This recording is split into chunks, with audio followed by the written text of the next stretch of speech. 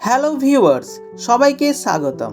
আজ আমরা শিখব সাবজেক্ট ভার্ব অ্যাগ্রিমেন্টের চতুর্থ নিয়ম, আইদার ওয়ার এবং নাইদার নরের ব্যবহার। এই রুলটা খুবই গুরুত্বপূর্ণ, কারণ এখানে ভার্ব কাকে অনুসরণ করবে সেটা অনেক সময় বিভ্রান্তিকর হয়।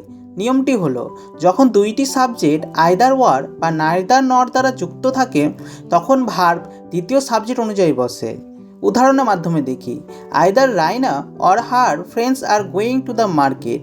এই বাক্যটিতে দ্বিতীয় সাবজেক্ট ফ্রেন্ডস, যেটি প্লুরাল, তাই ভার্বের প্লুরাল ফর্ম আর বসেছে। নাইদার দ্য টিচার নর দ্য স্টুডেন্ট ইজ প্রেজেন্ট। এই বাক্যটিতে দ্বিতীয় সাবজেক্ট হচ্ছে স্টুডেন্ট এবং সেটি সিঙ্গুলার, তাই ভার্বের সিঙ্গুলার ফর্ম ইজ হয়েছে। মনে রাখতে হবে, ভার্ব সবসময় দ্বিতীয় সাবজেক্টের নাম্বার অনুযায়ী বসবে। ভিডিওটি ভালো লাগলে অবশ্যই লাইক, কমেন্ট, শেয়ার করুন।